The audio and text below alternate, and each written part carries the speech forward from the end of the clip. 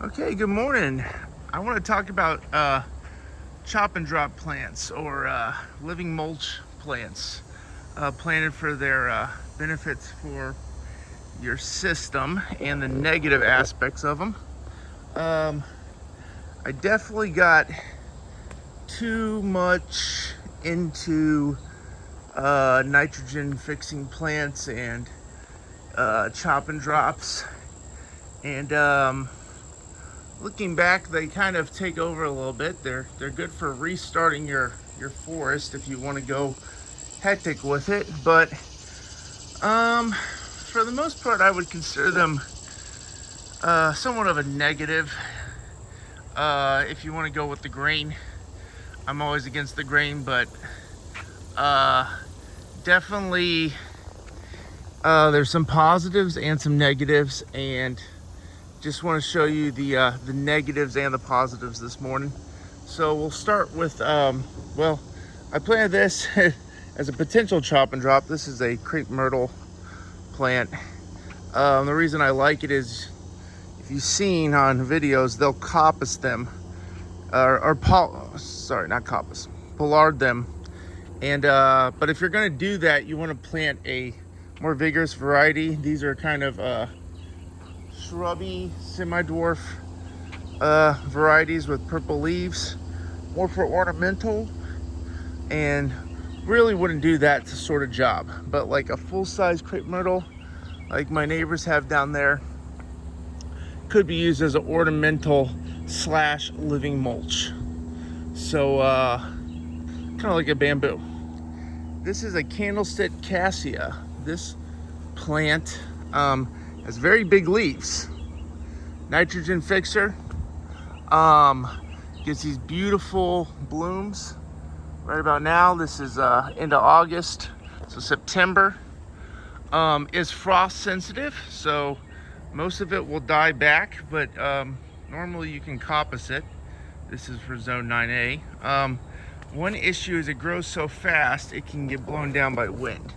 So I've had that happen multiple times in multiple tree plantings. So there's a crack down and it'll fall down. Now you can just prune that and it will come back. So I'm only leaving it now because it's blooming. So I'm just leaving it, and the butterflies are heavy in my yard. So just give them some food till I just cut it back. So this is a candlestick cassia. Very large leaves, very good chop and drop. Now, you get a lot of ants with this plant. All the cassias will have lots of ants. So just know you'll have colonizing ants. Now, I don't necessarily think of ants as a bad thing, but as someone that dealt with a couple carpenter ant issues because of drainage, water damage in my house, so the water damage and wood will bring ants. So keep them kind of away from the home. I've learned to keep a clearer path at least 10 feet away from the house, from trees or anything, just from dealing with that issue, and helps you inspect a little better. Live and learn. Even though people already give you the answers previously, it seems like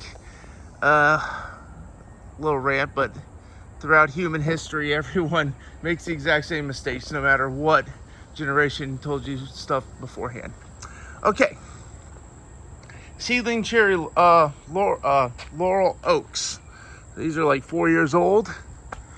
Not a good chop and drop. They grow fast. They've been great with wind. They don't tip over. They are probably seeds from one of those two trees or something I brought in for mulch. But the one issue is they're not easy to prune. You got very stiff branches, and probably be good for nesting and stuff for birds. The birds love to come and just hang out because it's the tallest spot. But kind of a nuisance when dealing as a chop and drop. So if I was going to plant a native species as a chop and drop, probably go with like a magnolia or maple. Here's a maple that I need to take out.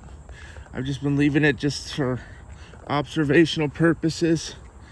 Not the biggest leaves ever, not the fastest grower, so maybe something a little more vigorous for that purpose. This is a salt bush. This was a weed that came up as well. Sorry, I'm looking at the things and not looking at my video. So this salt bush, insects love it. If you get a female one, you'll have a lot of beautiful seed pods in the fall coming up. One of the most beautiful blooms I've ever seen. But chop and drop, not vigorous enough. Good support species. This is a, what's it called? Lepidisa or something. Nitrogen fixing bush clover. Taking it out next year. Not a fan. It suckers too heavily. So I guess that would be a, positive in some aspects, but it only blooms a little bit. Coming up soon, it'll be beautiful. It is a very beautiful kind of flowing plant, like how it flows down the leaf cutter. Bees love it. You'll see leaves with holes in them all over the place. So I've seen leaf cutter bees come to it. They love it, but a little too aggressive in terms of wide growth. I actually like vertical growth better. I can deal with vertical growth. Wide growth kind of takes over your pathways a little more than vertical growth. Grows up, you just trim it up, and then you can just coppice it, cut it down. Kind of like the vertical aspect of some of these trees. Okay, so here is a acacia, native acacia. Love the blooms. It is a ladybug magnet, but a little thorny, a little too thorny. In terms of not a good chop and drop, doesn't grow fast enough in my climate here. Good support species, not a good chop and drop. Here we go. Next, this one is a good support species. I wouldn't say it's a good chop and drop, even though I used it.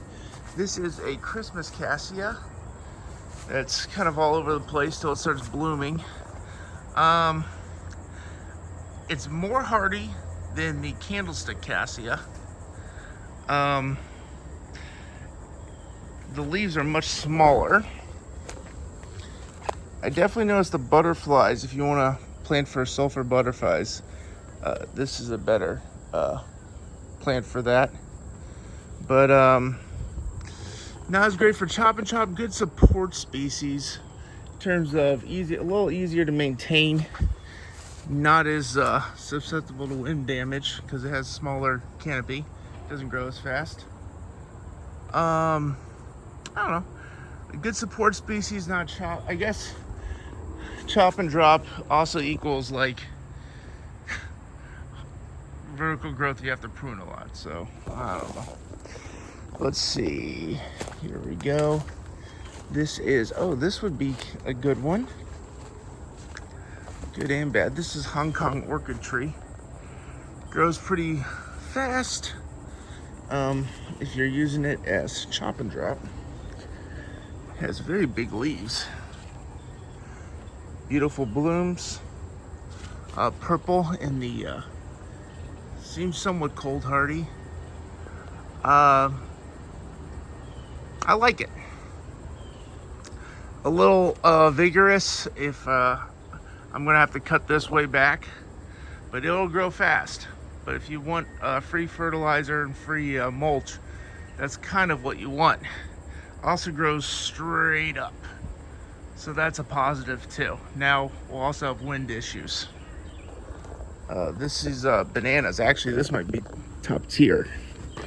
So this provides good dapple shade and is easy. Grows fast. Makes a lot of good composition. Actually, bananas might be the top and chop and drop tree I have in my yard. I have a bunch. Pokeweed. Pokeweed's also a good chop and drop. I let it, see the problem too is you gotta chop it more. I'm leaving it because it has so many berries. The birds love it, so I'm trying to leave some for the birds. This is a spot I'm gonna redo, and I just wanted to leave it for the birds in the meantime until I have my game plan for this area. So I've changed a few times. Bald cypress, I would say a decent support species, but not really a great chop and drop. Doesn't, I haven't really tried to chop it yet. I just prune. So this is one I'll be taking out soon, as it'll kind of dominate the yard. But it lets in a good amount of dapple light. So if you can see through, I always say that's a good sign. If you can kind of see the light through the canopy, that's good. Birds like to nest on it, or at least sit on it a lot. Plain as the coppice that. Okay, so Biden's alba, beggar tick. This guy just comes up randomly. I actually find it one of the easiest weeds to deal with, because it pulls up easy, chops easy. When it doesn't have has a decent amount of root that kind of makes it, when you pull it, takes up a lot of, you know, soil around it. But let's see, I would say it's a good, easy for me to deal with. Now it will be weedy and everywhere. It's kind of like that sage right over there. Candy lilies, good support, chop and drop, will just kind of take up space in the meantime. But at the same time, I kind of wish I had maybe just left it a lawn. I think some of these fruit trees, like the persimmons, would have grown faster if I had just left it a lawn. I know they say like all this is good for the, you can tell, for the soil, but I think there's a little bit overkill with the support species from me, and then you get a weedy look. Versus if you just have fruit trees and you just plant a couple like bananas and acacia as a tree, you could just mulch right around the tree and you know, leave what you call it, mowing paths, sorry. So I want to keep this video under 15 minutes. I'm at 13. Let's see what else. That's kind of this like little section right here. In general, for chop and drop, you want something that grows vertical, fast. Like this chio would actually be a good chop and drop. Problem is it's edible, so I end up like leaving it because I'm like, oh yeah, I need to harvest the leaves. I don't want to just use it as mulch. And then it grows super fast. So chio would be a good one too, I guess. It's got some, but something that grows vertical and has a little bit bigger leaves, or lets in some dappled light.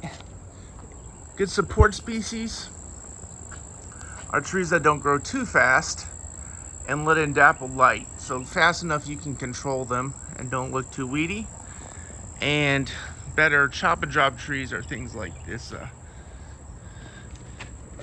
guy, the Hong Kong orchid, that, or something that grows a little lower that's easy to just step on. So like if this candy lily just grows in the path, literally I'll just go like this. So say this one right here, I'll just step on it.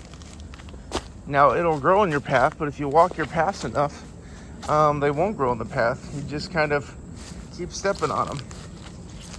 So that'll leave your path open. Now, and then you just come and give them a good pruning. Let's see, avocado. Okay, that's about it. Thanks for watching. Yeah. Oh, here's a good support. I think support species. I can't tell. This is a sable palm, but A lot of wildlife activity. I actually planted these before I was gonna go food forest mode to match my neighbors. This is the Florida State tree. But so palms, what they'll do is when it rains, it'll all of the top, it'll run down slowly throughout the day. So like the morning dew will start coming down, but when it rains, the water will be centralized. So it's a good slow release water. If you plant it too close to a tree, it'll hold it back. But if you have it a little far away, I think it's a good support species too. So we'll go from just chop and drops to some support species. This one is a little hard to deal with. This is yellow pond holly.